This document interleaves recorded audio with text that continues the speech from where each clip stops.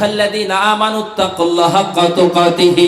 আমার আল্লাহ পাক রব্বুল আলামিন কোরআনুল কারীমের মধ্যে বললেন, হে ইমানদার বিশ্বাসী বান্দাগণেরা, হে ইমানদার মুমিনেরা, তোমরা আল্লাহকে ভয় করো, তোমরা রবকে ভয় করো, তোমার প্রভুকে ভয় করো। আজকে মুসলমান বড় দুঃখ লাগে, বড় কষ্ট লাগে, বড় বেদনা লাগে।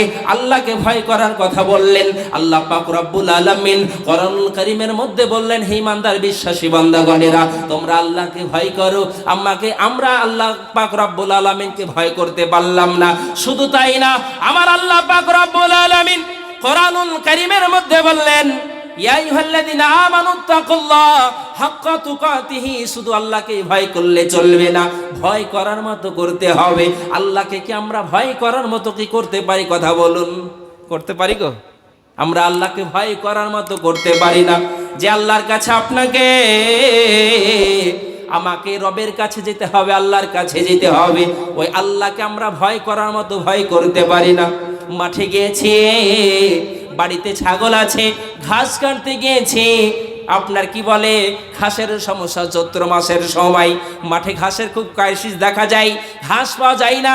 আপনার যদি কারো জমিনে যদি আপনার কি বলে গহমা বোনা থাকে, আপনার কি বলে জই যদি বোনা থাকে, আল্লাহর রবের তো ভয় থাকে না, সঙ্গে সঙ্গে বস্তাটা বোঝাই করতে হবে। মানুষ দেখতে পেল না, চুপচাপ গিয়ে আপনার কি বলে জই কেটে বস্তায় ভরে নিয়ে চলে আসলো। একে কি আল্লাহর ভয় বলে গো? কথা বলুন। আল্লাহর ভয় যদি থাকতো, মসজিদের মাইকে আজান হয়ে গেল, সঙ্গে সঙ্গে আব্দুল সাত্রে ব্রেনে ধাক্কা দিল, বাড়িতে বসা চলবে না, আল্লাহর ডাকে সাড়া দিতে হবে। মসজিদ ঘরে আল্লাহর ঘরে চলে গেল, সঙ্গে সঙ্গে মসজিদে গিয়ে আল্লাহর কি বলে ইবাদতে মগ্ন হয়ে গেল।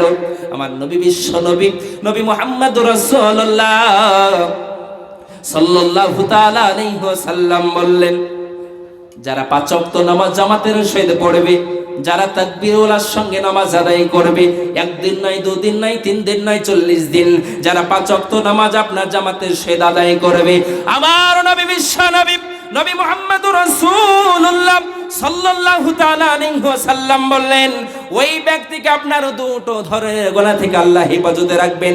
রাখবেন কি রাখবেন না? একবার তাড়াতাড়ি বলেন। মানুষ সামনে মনে করে যদি আমরা আল্লাহর যদি ইবাদত করি, আল্লাহর যদি উপাসনা করি, আল্লাহর যদি প্রার্থনা করি, আমাদের রুজির হয়তো ঘাটতি থেকে যাবে। ঘাটতি তো হবে। আল্লাহর প্রতি বিশ্বাস নেই, মানুষের আল্লাহর প্রতি তাওয়াক্কুল নেই, মানুষের আল্লাহর প্রতি ভরসা না থাকার কারণে, আল্লাহকে ভুলে বসার কারণে মানুষের আপনার সব সময়তে রুজির ক্রাইসিস দেখা যাচ্ছে। আমার নবী বিশ্ব নবী বললেন, কোন ব্যক্তি যদি নামাজ যদি ঠিক করে আদায় করে, নবী আমার বললেন ওই ব্যক্তির জিন্দেগিতে কোনোদিন রোজের অভাব হবে না। একবার জোরে সরে বলুন না সুবহানাল্লাহ। 5 ওয়াক্ত নামাজ যদি আমরা জামাতের সহিত তাকবীরুল্লাহর সঙ্গে যদি কেউ আমরা আদায় করতে পারি, আমাদের রুজির অভাব হবে। কথা বলুন, রুজির অভাব হবে না। কিন্তু আল্লাহর প্রতি ভরসা না থাকার কারণে, রবের প্রতি ভরসা না থাকার কারণে আজকে মানুষের রুজির অভাব। যদিও এখন আগের তুলনায় মানুষের রুজির কি বলে আপনার অতটা ঘাটতি নেই, তবুও মানুষের ইনকাম করছে বলে হুজুর ইনকামের অভাব নেই, বহুত ইনকাম করছি, কিন্তু টাকা বাড়িতে থাকছে না। এই কথা বলে কি বলেন? কথা বলুন। বলে থাকবে কি করে? আল্লাহর প্রতি ভরসা নেই, আল্লাহর প্রতি আস্থা নেই, আল্লাহর প্রতি তাওয়াক্কুল না থাকার কারণে, আল্লাহকে ভুলে বসার কারণে মানুষের আজকে রুজির অভাব হয়ে যাচ্ছে। আমার নবী বিশ্ব নবী নবী মুহাম্মদুর রাসূলুল্লাহ সাল্লাল্লাহু তাআলা আলাইহি ওয়াসাল্লাম বললেন, কোন ব্যক্তি যদি জামাতের সঙ্গে নামাজ আদায় করে, আমার নবী বিশ্ব নবী নবী মুহাম্মদুর রাসূলুল্লাহ সাল্লাল্লাহু তাআলা আলাইহি ওয়াসাল্লাম বললেন, তার নামটা মুনাফিকের নাম থেকে আপনার খাতা থেকে নামটা মুছে যাবে। মানে তার নামটা কোনোদিন মুনাফিকের খাতায় উঠবে না। আচ্ছা বলেন, কেউ যদি ভাবে যে আপনার কি বলে মুসলিম, শুধু মুসলিম দেখবো, তাহলে পাকিস্তান গেলে দেখতে পাবে, তাই তো নাকি? কথা বলেন, পাকিস্তান গেলে মুসলিম দেখা যাবে। কেউ যদি ভাবে যে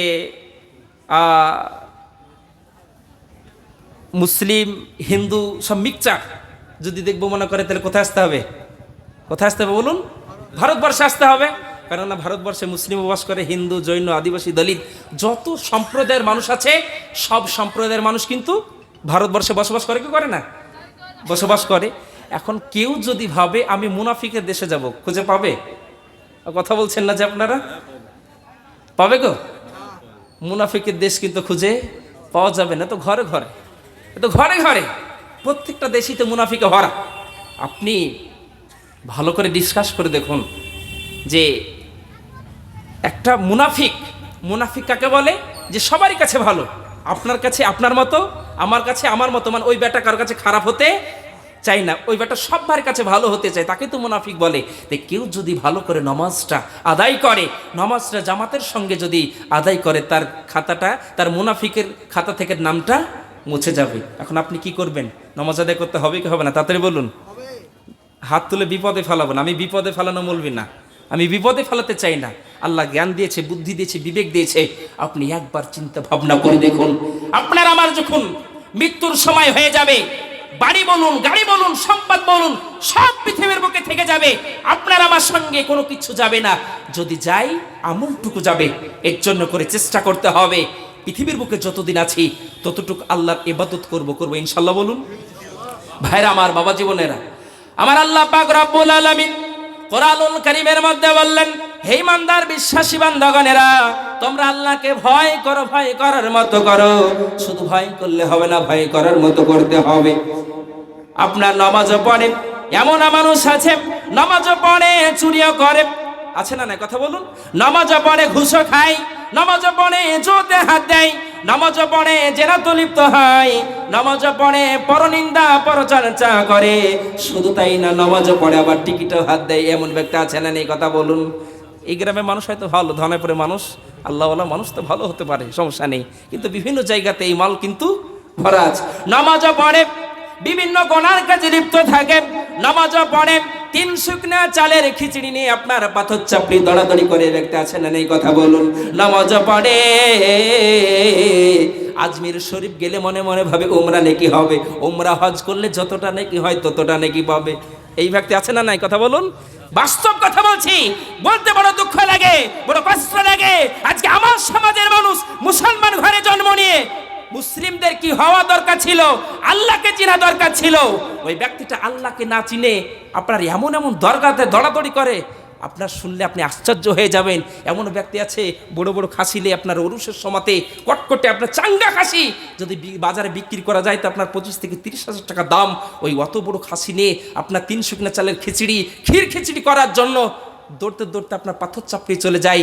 যাওয়ার পরে আপনার মান্যত করেছে, বলে কেউ যদি জিজ্ঞেস করতে যাচ্ছ, বলে হুজুরের দরবারে যাচ্ছি। এই হুজুর কি পার করবে নাকি? কথা বলুন।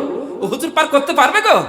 হুজুর কিন্তু পার করতে, হুজুরের তো সমস্যা, হুজুর নিজেই পার হতে পারবে কি? তার কোনো সার্টিফাই নেই। হুজুর তো নিজেই আপনার পার হতে পারে, তার কোনো গ্যারেন্টি নেই। ওই হুজুরের কাছে যদি আমরা দৌড়াদৌড়ি করি, পার হবে? কথা বলুন। একটা উদাহরণ দিচ্ছি, আপনারা বুঝতে পারবেন। এই কি বলে, এখানে একটা দোকান আছে, আপনার স্কুলের কাছে একটা দোকান, আর এই দোকানটা পার করে আর একটা কিছুক্ষণ, মানে চাহারুল ভাইদের বাড়ি আছে, ওই বাড়ির কাছে ধরে আর একটা দোকান। আপনি স্কুলের পাশে আপনার বাড়ি, ওই দোকানের পাশে আপনার বাড়ি। তো আপনি মনে মনে ভাবলেন যে আমার আব্বা খুব শরবত খেতে ভালোবাসে, রোদ্দুরের সময় যদি শরবত ঠান্ডা যদি একটু শরবত করে দেওয়া যায়, আমার আব্বা খুব তৃপ্তি পায়, খুব ভালো লাগে।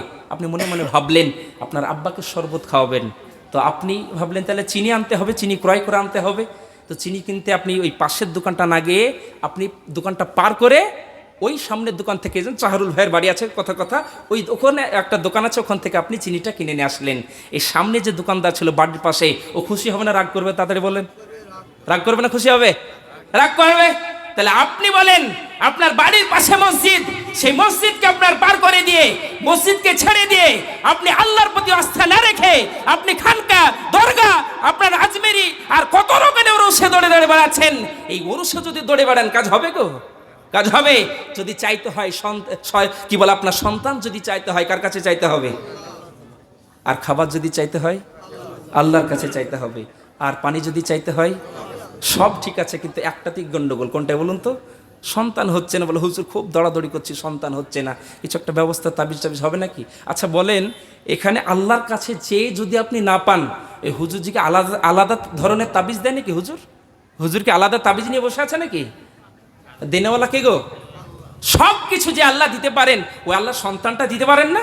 ও আল্লাহ কি বলে আপনার সন্তানটাও দিতে পারেন। ভরসা কার উপর নেই? আল্লাহর উপরে নেই।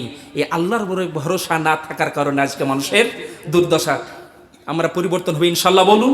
এই যারা খানকা দরগা দৌড়াদৌড়ি করে, দেখেন আব্দুল কাদের জেলানি, তারপর আপনার কি বলে নিজামুদ্দিন চিশতিয়া রহমাতুল্লাহ আলাই, যত আল্লাহর ওলিরা ছিলেন, নিঃসন্দেহে কোনো রকম তাদের ক্লেম নেই, তারা অবশ্যই আল্লাহর ওলি ছিলেন, বিচক্ষণ বিদগ্ধ আলেমে দিন ছিলেন, প্রমুখ আলেমে দিন ছিলেন, এতে কোনো রকম আপনার সন্দেহ নেই। তবে মনে রাখতে হবে ওনারা খারাপ ছিলেন না, খারাপ আমরা করে দিচ্ছি।